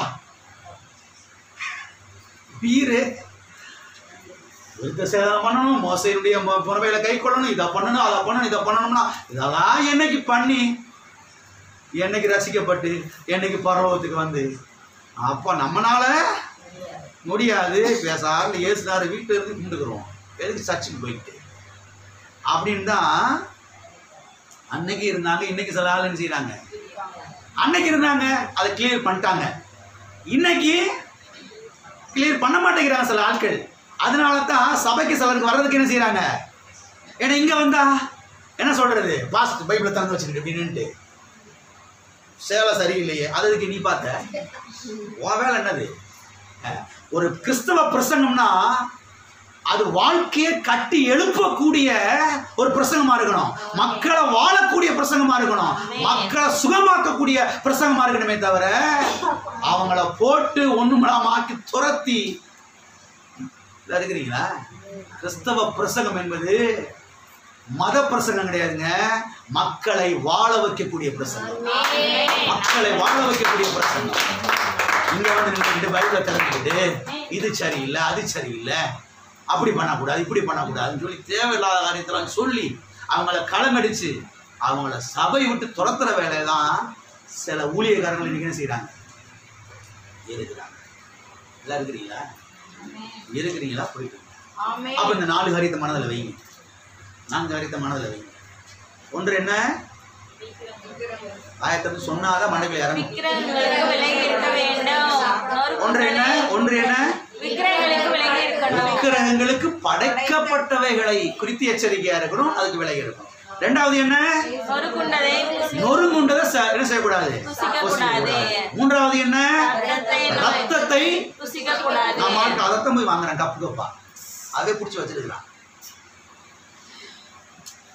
அடுத்து 4வது என்ன, வேசித்தனத்துக்கு யார் என்னைய பார்க்கல, ஆசையை தீர்த்துக்க கர்த்தர் பார்க்கிற, மனைவி பார்க்கல கர்த்தர் பார்க்கிற, புருஷன் பார்க்கல கர்த்தர் பார்க்கிற, அப்பா பார்க்கல அம்மா கர்த்தர் பார்க்கிற, பாஸ்டர் பார்க்கல கர்த்தர் பார்க்கிறாரு, விசுவாசி சபைக்கு ஒரு விசுவாசி யாரும் பார்க்கல கர்த்தர் பார்க்கிறாரு. எல்லாம் இருக்கிறீங்களா? வேசித்தனத்துக்கு என்ன செய்ய வேண்டும், விலகி இருக்க வேண்டும். மாம்ச இச்சைகளுக்கு என்ன செய்ய வேண்டும், விலகி இருக்க வேண்டும். எல்லாம் இருக்கிறீங்களா? நான் சொல்றாரு, பரிசுத்த ஆவிக்கும் எங்களுக்கும் நலமாய் கண்டது. ஆமென். அப்போ ஒரு தீர்மானத்தை எடுக்கும் போது எப்படி தீர்மானம் எடுக்கிறாங்க, பரிசுத்த ஆவியானவர்கிட்ட ஆலோசனை கேட்டு பரிசுத்த ஆவியானவர் உணர்த்தி அப்படி ஒரு தீர்மானத்தை என்ன செய்யறாங்க. நீங்கள் உங்க வாழ்க்கையில ஒரு காரியத்தை நீங்க செய்ய போறீங்கன்னா அதுக்கு முன்னால உட்கார்ந்து ஜெபம் பண்ணி ஆவியானவர்கிட்ட கேட்டு வார்த்தையின் அடிப்படையில ஒரு தீர்மானத்தை எடுத்தீங்கன்னா you are successful person. ஆமென். நீங்கள் வெற்றிகரமான ஒரு மனிதர்கள். ஆமென். நீங்க மாம்சீகமா முடிவு எடுத்தீங்கன்னா எங்கேயே போய் அடி வாங்க போறீங்கன்னு அர்த்தம், எங்கேயே சாத்து விழ போகுதுன்னு அர்த்தம். இருக்கீங்களா? போயிட்டீங்களா? தேவ சமூகத்தில் அமர்ந்து எந்த காரியமா இருக்கட்டும், கல்யாணமா இருக்கட்டும், காட்சியா இருக்கட்டும், பொண்ணு எடுக்கிறதா இருக்கட்டும், பொண்ணு கொடுக்கறதா இருக்கட்டும், சம்மதம் முடிக்கிறதா இருக்கட்டும், ஒரு பிசினஸ் ஆரம்பிக்கிறதா இருக்கட்டும், ஊழியத்தை ஆரம்பிக்கிறதா இருக்கட்டும், வியாபாரத்தை ஆரம்பிக்கிறதா இருக்கட்டும், என்ன வேணாலும், ஒரு ஸ்கூல்ல பிள்ளை போய் சேர்க்கிறதா இருக்கட்டும், ஒரு காலேஜில் போய் பிள்ளை சேர்க்கிறதா இருக்கட்டும், கர்த்தர்ட்ட ஜெபம் பண்ணுங்க, கர்த்தர்ட்ட கேளுங்க, ஆவியானவர்கிட்ட ஆலோசனை கேளுங்க. தேவ பிரசன்னத்துல காத்துருங்க, ஆவியானவர் உணர்த்துவார். அப்புறம் அந்த முடிவெடுங்க. நான் சொல்றேன், அது ஒரு பெரிய வெற்றி நீங்க பாப்பீங்க, பெரிய ஜெயத்தை நீங்க பாப்பீங்க. ஆமென். மாம்சீகமா முடிவு எடுக்காதீங்க. எங்க சித்தப்பாக்கு பிடிச்சிருக்கு, எங்க மாமியாருக்கு பிடிச்சிருக்கு, எங்க நாத்தனாருக்கு பிடிச்சிருக்குது, எங்க நாத்தனார் சங்கடப்பட்டுருவா, நாத்தனார சிலுவையில தொங்குச்சு, ரத்தத்தை சிந்திச்சு, இது வரைக்கும் வெக்கப்பட்டு போனதுக்கு காரணம் என்ன? மாமனார் மாமியா அவங்களெல்லாம் பிரியப்படுத்தினதுக்காக போனதுனால தானே. கர்த்தர்ட்ட கேட்டாமா, கர்த்தர்ட்ட ஆலோசனை கேட்டாமா, கர்த்தர்ட்ட ஜெபிச்சோமா, கர்த்தர் சொன்னாரா, கர்த்தர் உணர்த்தினாரா? என்ன இருக்கிறீங்களா? ஆகவே ஒரு தீர்மானத்தை எடுக்கும்போது ஆவியானவற்றை கேட்கணும். இங்கே எல்லாரும் ஊழியக்காரங்களாம் கூடி இருக்கிறாங்க, தேவ பிரசனம் இருக்குது, ஆவியானவர் உணர்த்துறாரு. அந்த காரியத்தை எழுதி திட்டம் பண்ணி எல்லா சபைகளுக்கு அனுப்புகிறாங்க. எல்லா சபை மக்களும் பார்த்தீங்கன்னா அடே அப்பா மகிழ்ச்சி அடைந்தார்கள், சந்தோஷப்பட்டாங்க. அப்பதான் மூச்சே வருது, கர்த்தாவே தோத்திரம், நல்ல வேலைக்கு சபைக்கு நீ நல்லா சந்தோஷம் வரலாம். எல்லாம் இருக்கிறீங்களா? இருக்கிறீங்களா? போயிட்டீங்களா? எனவேதான் நாங்கள், அதாவது பாஸ்டர் டேனியல் ஹெய்னாகிய நான், என்னை சேர்ந்த சில பிரசங்கியார்கள் எல்லாரும் பாருங்க, மற்ற காரியத்தில் தலையிடுறதே கிடையாது, மற்ற காரியத்தில் தலையிடுறதே கிடையாது. இந்த 4 காரியங்களை வேண்டுமானா கொஞ்சம் வலியுறுத்தி சொல்லலாமே தவிர, ஆனால் அவருடைய சொந்த விஷயத்துல போய் தலையிட்டு மூக்குள்ள வளைச்சுக்கிட்டு என்னத்தான் பண்ணிக்கிட்டு இருக்கேன் கூடாது. எல்லாம் இருக்கிறீங்களா? சில ஆட்களை பார்த்தீங்கன்னா பூ வைக்காத, என்ன வைக்காத, பூ வைக்காத. இப்போ சிலர் கொஞ்சம் இப்படி வந்துட்டாங்க, சர்ச்சுக்கு பூ வச்சுட்டு வர வேணா, வீட்டில் வேணா வச்சுக்க. அது எந்த பைபிளையா போட்டுருக்கு? சர்ச்சுக்கு பூ வச்சுட்டு முதல் பூ வைக்காத அப்படின்னு சொல்லிவிட்டு எவன் வரமாட்டேன்னு தெரிஞ்சிச்சு போல. அதனால சர்ச்சுக்கு என்ன செய்யாத, வச்சுட்டு வராத, வீட்டில் வேணா வச்சுக்க, ஆஃபீஸ் போகும்போது வச்சுக்க, எனக்கு தெரியாது. ஓ, எனக்கு பூ வைக்காத, நகை போடாத, கலர் சேலை போட்டு அந்த மாதிரி துணியெல்லாம் உடுத்தாத, செருப்பு போடாத, முடிய நீளமால வைக்காத, எல்லாம் இருக்கிறீங்களா? ஜடையில கிளிப்பெல்லாம் குத்தாத. இந்த ஆராய்ச்சியில சில ஆட்கள் இறங்கி இருக்கிறாங்க. தேவையில்லாதெல்லாம் பார்க்கறது, தேவையில்லாதெல்லாம் செய்கிறது. எல்லாம் இருக்கிறீங்களா? இருக்கீங்களா? சத்தம் உள்ள போகுது. தேவையில்லாத செய்யக்கூடாது, தலையிட போகுது. முதல்ல சபைக்கு வர்றவங்க யாரும் நகை போடக்கூடாது அப்படி போய் சொன்னாங்க. கொஞ்ச நாள் கழிச்சு என்ன பண்ணிட்டாங்க, விசுவாசிகளும் போட்டுக்கலாம், பாஸ்டாமா மட்டும் போடக்கூடாது. இது எந்த பைபிளையா போட்டிருக்குது? ஒரு சபை பிரிவினர் இப்படி தீர்மானம் எடுத்துருக்காங்க. நான் பொய் சொல்லலை, விளையாட்டுக்கு சொல்கிறேன், நினைக்காதீங்க. சபையில் இருக்க எல்லாரும் போட்டுக்கலாம், ஆனால் ஊழியக்காரங்களோட ஒய்ஃபு பாஸ்டாமா மாத்திரம் தெரிஞ்சக்கூடாது, அவங்க மட்டும் மூலிகள் தான் நிற்கலாம். அப்படிதான் இருக்கணும். அவங்க எல்லாம் தீர்மானம் எடுக்கிற ஆட்கள் இருக்கிறாங்க. நான் தான் சொல்கிறேன், இருக்கிறீங்களா? தேவையில்லாத காரியத்தெல்லாம் போய் செஞ்சு அந்த சபகாரம் இப்படி பண்ணாங்க, இந்த சபகாரம் இப்படி பண்ணாங்க, அந்த சர்ச்சுக்கு போகிறவங்க இப்படி பண்ணுறாங்க, அதெல்லாம் போட்டு இழுத்து குழம்பி என்ன செஞ்சிடாங்க? சத்தத்தை காணோம். எல்லாம் இருக்கிறீங்களா? கறி சாப்பிடாத, முட்டை சாப்பிடாத, மீன் சாப்பிடாத, கருவாடு சாப்பிடாத. ஒரு வீட்டை போய் ஆராய்ச்சி பண்ணுவாங்க போல சில ஆட்கள், என்னென்ன சாப்பிடுவாங்கன்ட்டு. வெளியே சாப்பிட்டு போட்டவன் சந்தோஷமா கர்த்தர் அவனுக்கு கொடுக்குறாரு, என்ன செய்யறாங்க? தோத்திரம் பண்ணி என்ன செய்யட்டும், சாப்பிட்டு போட்டோம். நொறுங்குண்ட மாத்திரம் செய்யக்கூடாது, சாப்பிடக்கூடாது, அவ்வளோதான். பேண்ட் லூஸாக போடாத, டைட்டாக போடு. பசங்களை பார்த்து, இந்த வாலிப பசங்களை அவன் டைட்டாக போட்டு வருவான். இங்கிட்டு 10 பாக்கெட் இருக்கும், அங்கிட்டு ஒரு 5 பாக்கெட் இருக்கும். அவன் வாலிப வயசு அப்படி போட்டு வர்றான். சரி, சபைக்கு வரணும்னு வந்திருக்கிறானே. அவன் சபைக்கு வராத இத்தனை வாலிபர்களை விட இவன் வந்திருக்கிறானே, கர்த்தரை தேடி, கர்த்தரை வார்த்தை கேட்கணுமே, வசனத்தை கேட்கணுமே, சத்தியத்தை அறிந்து கொள்ளணுமே, சபைக்கு போகணுமே, கர்த்தரை ஆராய்ச்சி வந்திருக்கிறானே. அவனை துரத்துற வேலையிலேயே யார் இருக்கிறா? இந்த பாஸ்டர் 5 பேண்ட் வச்சு 5 பாக்கெட் இருக்கும் பேண்ட்ல. நீ பரலோகம் போவையோ அப்படின்னு அவன் பார்க்குற. அடுத்த வாரம் சர்ச்சுக்கு நான் வரமாட்டேன், பரலோகம் போகிறது அப்புறம் பார்த்துக்குருவோம், சர்ச்சுக்கு நினைச்ச மாட்டேன், அடுத்த வாரம் நான் வரமாட்டேன். தேவையில்லாதெல்லாம் சொல்லி போட்டு உனக்கு குழப்பி, நீங்கள் வசனத்தை ஒழுங்காக பிரசங்கம் பண்ணால் கொஞ்ச நாள் கழிச்சு வசனத்தை கேட்டு அவனே சரி ஆயிடுவான். சார், இதெல்லாம் போய் பண்ணிக்கிட்டு, இதெல்லாம் போய் பண்ணிக்கிட்டு, நம்ம ஒரு ஒழுக்கமாக இருக்க வேணாம், நம்ம ஒழுங்காக நீட்டாக ட்ரெஸ் பண்ண வேணாம், நல்ல ட்ரெஸ்ஸை போட வேணாம், நல்லா ஒரு அழகாக இருக்க, ஒரு ப்ரெசன்டேபிள் நல்லா இருக்க வேணாம் சொல்லி அவனே திருந்திடுவான். நம்ம இதவே சொல்லி சொல்லி அடிச்சு பின்னி எடுத்து அவனை துரத்துற வேலையில செய்யக்கூடாது. இருக்க பெல்ட் கட்டிட்டு வந்திருக்கிற நீ பரலோகம் போக மாட்டேன். ஒருத்தர் சொன்னார பாருங்க அன்னைக்கு, அப்படி பாருங்க பெல்ட் கட்டிட்டு இருந்தாலும் பிரசங்கம் பண்றேன், ஏன்னா பரலோகம் போவானா, ஏன்னா பரலோகம் போவானா? இப்போ பெல்ட் கட்டினா பரலோகம் போக முடியாதா? எல்லாம் இருக்கிறீங்களா? தேவையில்லாத காரியத்தெல்லாம் போட்டு என்ன செய்யறது, சீனிக்கிறது. இப்படிப்பட்ட காரியங்களை நாம போட்டு சொல்றதே கிடையாது. இதெல்லாம் ஒரு பெரிய விஷயமே கிடையவே கிடையாது. இதெல்லாம் ஒரு சின்ன சின்ன காரியங்கள். இதெல்லாம் நாங்கள் பாருங்க நுழையிறது கிடையவே கிடையாது. இதில் நம்ம தலையிடுறதே கிடையாது. சில ஆட்கள் பாருங்க, சில ஊழியக்காரங்க பாருங்க, ஞானஸ்தானமே கொடுக்க மாட்டாங்க. சில ஆட்களுக்கு ஞானஸ்தானமே கொடுக்க மாட்டாங்க. ஏன்னா அவங்க காதில் சிமிக்கி போட்டிருக்காங்களாம், தொங்குது தோடு. அதனால நான் ஞானஸ்தானம் என்ன செய்ய மாட்டேன், கொடுக்க மாட்டேன். கம்மல் போட்டுருந்தா கொடுக்கலாம், ஏன்னா அது ஒட்டிக்கிட்டு இருக்குது. காதில் ஒட்டிக்கிட்டு இருந்தா கொடுக்கலாம், தொங்கிக்கிட்டு இருந்தா கொடுக்கக்கூடாது. அது எந்த பைபிளில் போட்டிருக்குது? தேவையில்லாத காரியத்தெல்லாம் போட்டு சுமத்தி, தேவையில்லாத காரியத்தெல்லாம் போட்டு நுகத்தடியாக போட்டு அமுக்கி அவங்களை துரத்துற காரியத்தெல்லாம் செய்யக்கூடாது, இருக்க கூடாது. இருக்கிறீங்களா? சபைக்கு பாருங்க, மக்கள் ஃப்ரீயா வரணும். ஃப்ரீயா நீங்க ஃப்ரீயா வந்திருக்கீங்களா இல்லை டைட்டா வந்திருக்கீங்களா? எத்தனை ஃப்ரீயா வந்திருக்கீங்க? தோத்துற யாரும் டைட்டால வரல. நீங்க போவான் பார்த்து என்ன சொல்லுவாரு, என்ன பண்ணுவாரு, எதை செய்ய சொல்லுவாரோ ஒன்றும் புரியலையே. இந்த வேற செஞ்சு தொலைய வேண்டியிருக்குது. இதெல்லாம் நம்ம செஞ்சு என்னைக்கு பரவ போய் சேர்றது? எல்லாம் இருக்கிறீங்களா? போயிட்டீங்களா? சில ஆட்கள் பாருங்க, சபையை ஃபுட்பால் கிரவுண்டு மாதிரி நினைக்கிறாங்க போல. பாஸ் ஃபுட்பால் எடுத்துற ஆளு, விசுவாசிகளாம் ஃபுட்பால் மாதிரி இங்கிட்ட போட்டு எடுத்துறது, அங்கிட்ட போட்டு எடுத்துறது, இங்கிட்ட போட்டு பறக்கடிக்கிறது. அருமையான தேவனுடைய பிள்ளைகளை கவனிங்க. இந்த 4 காரியங்களை கவனிங்க. 4 காரியங்களை நீங்கள் கடைபிடித்தாலே, சில ஆட்களை பார்த்தீங்கன்னா கழுத்துல நீ தாலி போட்டிருக்கிற, அதனால உனக்கு ஞான ஸ்நானம் என்ன செய்ய மாட்டேன், கொடுக்க மாட்டேன். அவர்களை போட்டு என்ன செய்யறது, கலங்கடிக்கிறது. எல்லா நகையும் கழட்டினாதான் என்ன செய்ய உனக்கு ஞான ஸ்நானம் நான் கொடுப்பேன் என்று அவர்களை கலங்கடிக்கிறார். சில ஆட்கள் பாருங்க என்ன சொல்றாங்க, நீ பேஜ் குத்திட்டு வந்தாதான் உனக்கு அப்பந்திராசமே நான் கொடுப்பேன். எது குத்திட்டு வந்தா? பேஜ்னா தெரியும்ல, ரவுண்டா ஒன்று குத்திருப்பாங்க. எங்கள் ஊர்லலாம் அது ரொம்ப ஜகஜம். வீட்டை சுற்றி எல்லாரும் குத்துவாங்க. நான் கூட ஒரு நாள் குத்துன்னு ஆசைப்பட்டேன், நல்ல வேலைக்கு கிடைக்கல நினைக்கிறேன். சின்ன பேஜ் மாதிரி இருக்கும், உன்னை குத்திருப்பாங்க. சட்டையில் ஆண்கள் பெண்கள் எல்லாம் குத்திருப்பாங்க. அதில் வசனம் இருக்கும், ஏசு உன்னை குணமாக்குகிறார், ஏசு உன்னை ரட்சிக்கிறார், ஏசு உன்னை காப்பாற்றுகிறார், ஏசு உனக்கு நன்மை செய்கிறார். இப்படி வசனமெல்லாம் இருக்கும். அதெல்லாம் நீ ஒழுங்காக குத்திட்டு வரணும். அப்படி குத்திட்டு வந்தாதான் உனக்கு அப்பம் திராட்சரசம் என்ன செய்வேன் நான் கொடுப்பேன். இல்லை என்ன செய்ய மாட்டேன் உனக்கு நான்.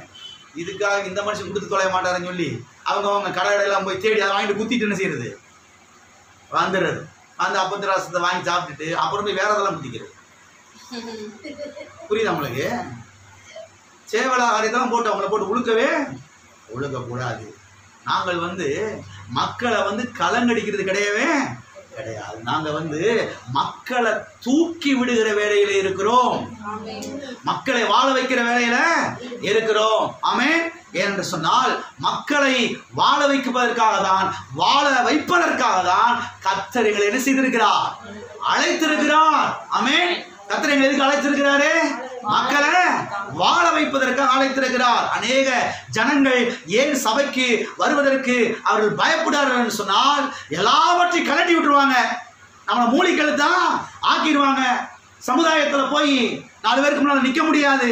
என்ன அப்படி அசிங்கமாக நின்றுக்கிற அப்படின்னு நம்மளை பார்த்து எச்சிக்காரி துப்பிடுவானே என்று பயத்தில் தான் அநேகர் என்ன செய்ய கிடையாது, சபைக்கு வர்றது கிடையவே கிடையாது. நான் சொல்றேன், இங்க இருக்கிறவங்களுக்கு தைரியமா வாங்க, பயப்படாம வாங்க. இந்த சபை அப்படிப்பட்ட சபை கிடையவே கிடையாது. அதாவது கலட்டி விடுற சபை கிடையாது, மாட்டி விடுற சபை.